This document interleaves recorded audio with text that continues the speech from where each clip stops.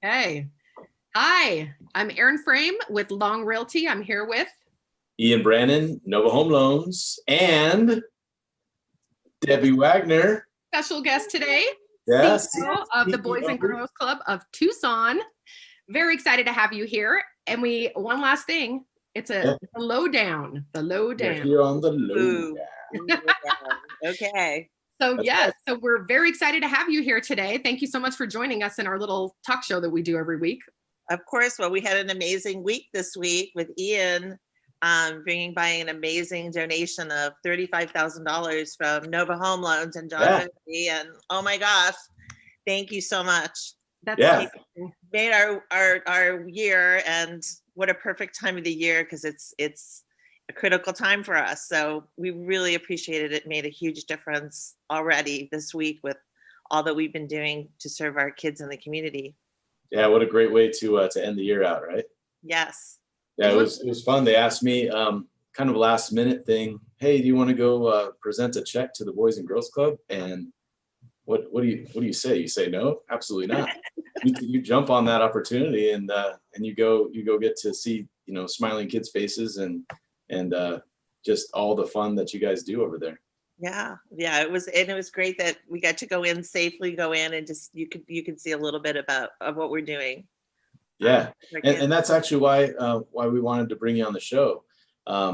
It's something that's important to Erin and I to kind of spotlight some different nonprofit organizations, and right now I think it's more important than ever to do this and talk about the nonprofits because we have all been affected in different ways, but it's good to educate ourselves on other companies and other nonprofits and how everyone else is getting affected too, to just broaden our horizon. So I wanted to start, Debbie, by asking you a question about the Boys and Girls Club, because I know what it is and I know what it does, but I think there might be some people out there that know that it's a nonprofit, know that you help boys and girls, but Tell us a little bit about the background and really what you guys have, what your focus is for the community. Well, let me start with the mission. The mission of the Boys and Girls Club is to provide young people in our community, especially those who need us most, with a clear path to reach their full potential and pursue their dreams. So it's our overriding mission. And in normal pre-COVID times, we're doing amazing after-school programs at our 6 different clubhouses located really in areas that were strategically picked in areas of need in Tucson. And we provide for $20 a year, kids can come. And $20 a year, that's the membership fee? That's the membership fee. Wow. We're not membership based. It's not a fee driven program. But that's what it costs to participate. That's what it costs to participate. So kids have a safe place to come after school. They have caring adults that know their name when they walk in, and they have all different activities to enrich them and help them with schoolwork. We have power hour, we have computer labs, we have art classes, we have huge gyms, and in most of the clubhouses except one on the Paskuyaki reservation, but that's going to be solved. I'll go into that later, actually going into this year. Cool. And so we provide dinner at all the clubs in a normal year. Mm-hmm. And then we have full day summer camp in the 6 weeks in the summer. But back when school closed, obviously in March, we had to make a decision. What are we going to do? We have families that really need us. They have to work, essential workers. You have to have a place for their kids to be able to go if they have to go to work.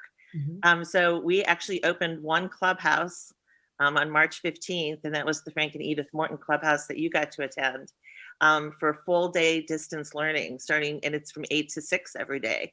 Wow. So we were so excited because in May we were able to open 4 clubs. And so we had 4 open. Then all 6 clubs were ready to go after we figured out our protocols, how to do it as safely as we could, and have the right staffing in place. So we had full 6 weeks of summer camp.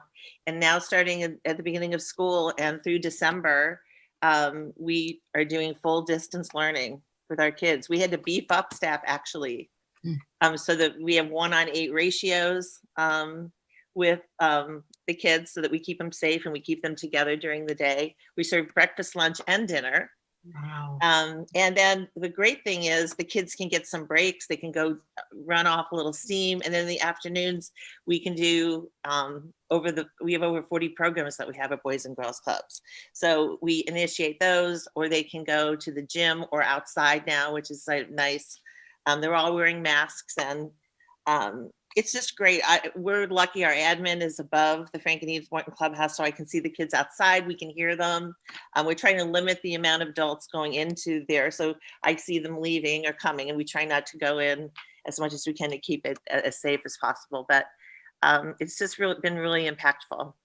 It definitely sounds like COVID's definitely changed things dramatically. I always thought kind of the Boys and Girls Club was kind of designed for an after school kind of thing. Is that normally? Is that why it was dinner that was offered? And now since people don't have that, then that's a lot of extra money, I'm sure, that you've had to come up with breakfast and lunch and staff. And that seems like obviously the donation, the $35,000 donation was very necessary. So yeah, we're more than doubled our costs to be able to operate and provide that, especially clean. Like one of the biggest things you don't think about is like cleaning, cleaning supplies, cleaning utilities, to upkeep of the 6 buildings, but also staff, which is the key. We have the most amazing club directors and club staff that are committed to really serving kids and making a difference in their lives. And they motivate us. They're our heroes every day.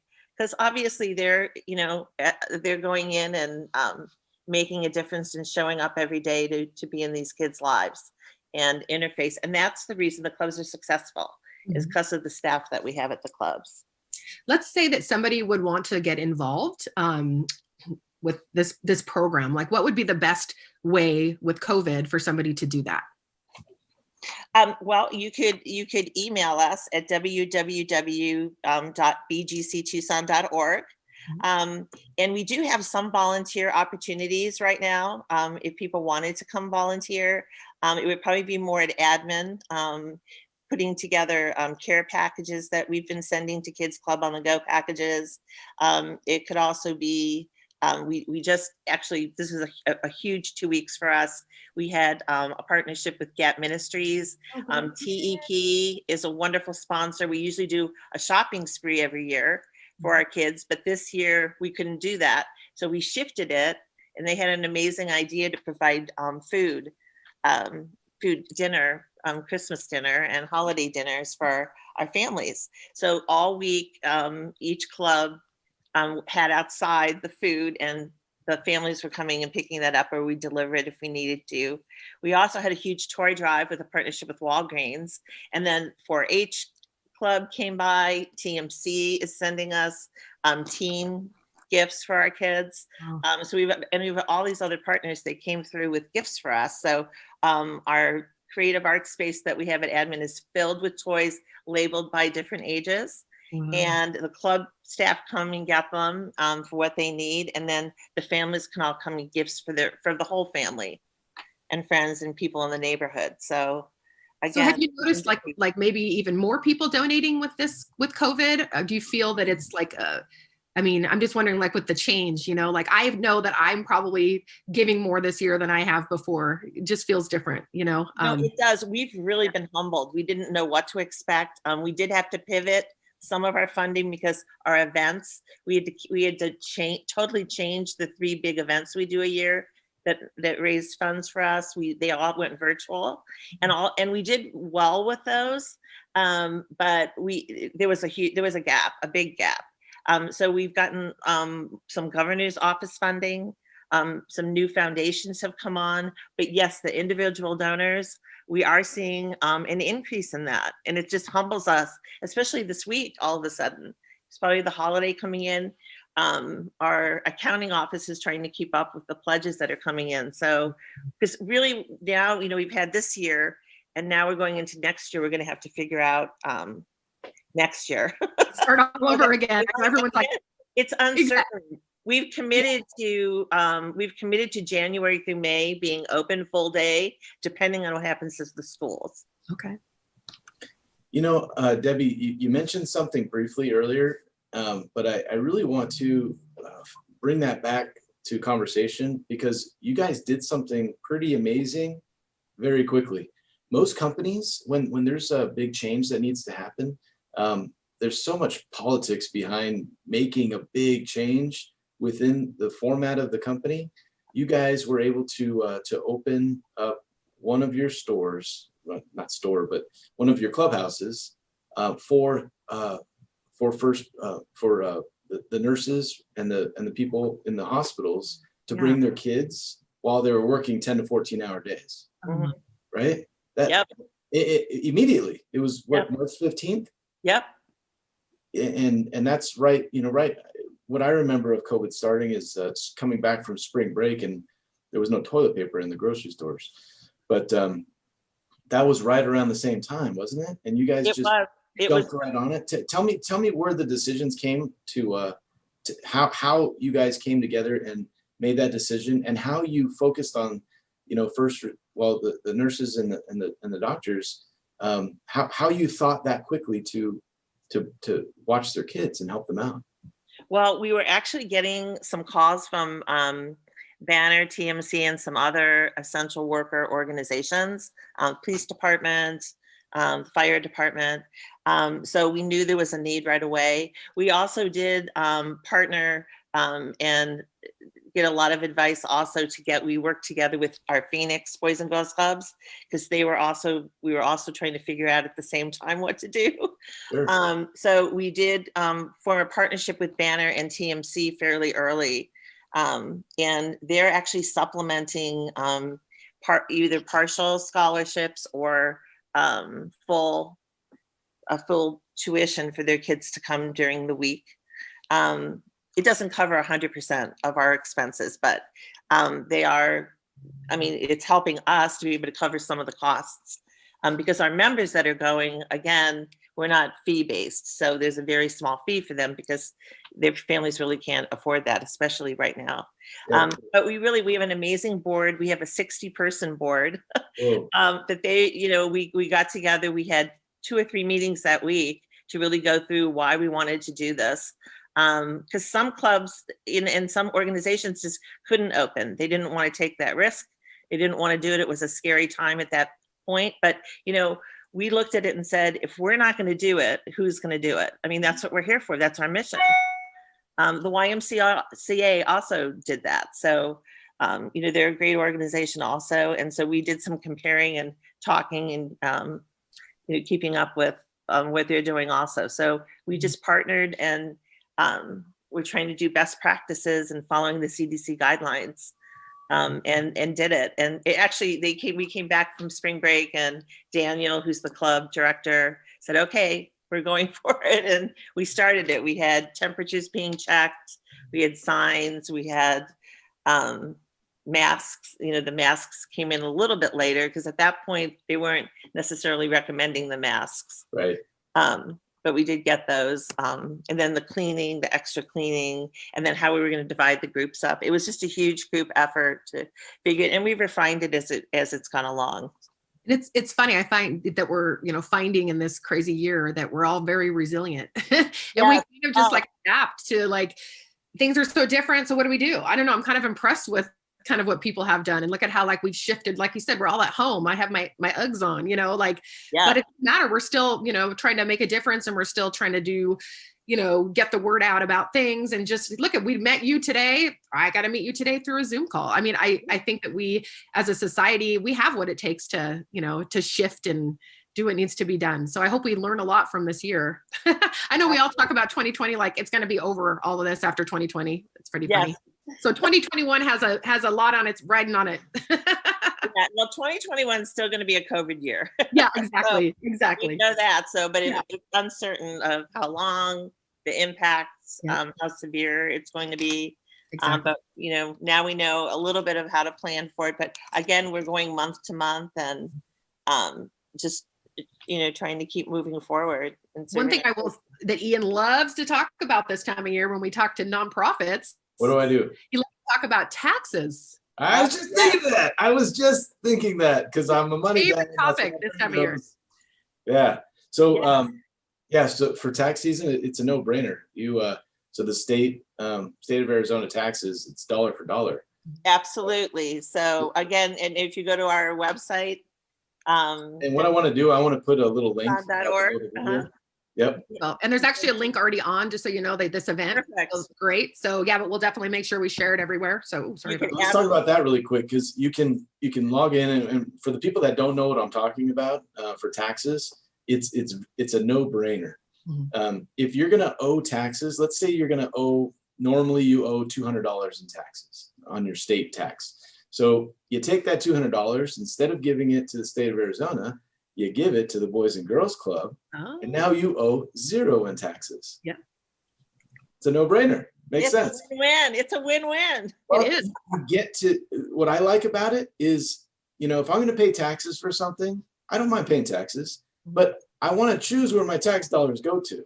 Yes. I don't want to put it in the Tucson, maintenance for the roads fund, and then driving to work, I get potholes all day long, right? I don't want the money to go there. It doesn't work. I want it to go to the Boys and Girls Club. So now was it $400? Is that how much people can do? Still? Okay. It does for an individual and $800 for a couple. Yes. Wow. So Totally I mean, makes sense. again, it's a great way to end the year, but also save on your taxes too. It's really a win for everyone, and the community wins, because in the end, we have kids that are coming out of the club that have been taken care of, and they're good citizens, and they're thriving, going to college. And again, we're trying to help them create great futures. And what better investment than in our kids and in the future of our kids. Now, in regards to the kids, like if, let's say, there's a child that needs to be involved, wants to find you, and not everybody has access to a computer, or, what does that look like? For kids, I know like some people go to the schools and they talk to people and they try to find out who needs the help, I was just wondering kind of what that looked like for a child. Oh, so what, how do they find out about the Boys and Girls Club? Yep. Yeah, well, they do find out in their schools. And again, most of our kids come because they're in the neighborhood. They walk to the Boys and Girls Club, or the bus, in some cases from their school, drops them off right in front. So we do distribute information through the schools and the neighborhoods. We also send flyers out in case new people have moved in, and also like mailers. Okay. All the different neighborhoods to make sure kids know about us. And we do have the media community has been amazing to us too. So we do run PSAs and do a lot of campaigns to make sure families know about us. That's great. Perfect. And then of course, opportunities like this, which we appreciate too. Talk about what we do. Absolutely. So we always end the lowdown in a high five. And on my screen, Erin's that way. And Okay. And you're below. So Erin and I are going to do high five like that, but Debbie, I need you to raise the roof. Oh yeah, you can raise the roof. Okay. All right, we have to do this. Love it. Love it. We are so happy that you were able to join us today. We'll definitely put links everywhere to everything. We do share these to just numerous groups that, like Facebook groups and my business page and Ian's business, everywhere. So feel free to share. And like I said, we would love to help just put the word out, get support for you. And thank you so much for joining us. Well, thank you so much. Happy holidays. And again, we appreciate the opportunity and all that you're doing, really get messages out about nonprofits and really organizations that are serving our community. We appreciate it. Thank you. You got it. Happy holidays. Bye.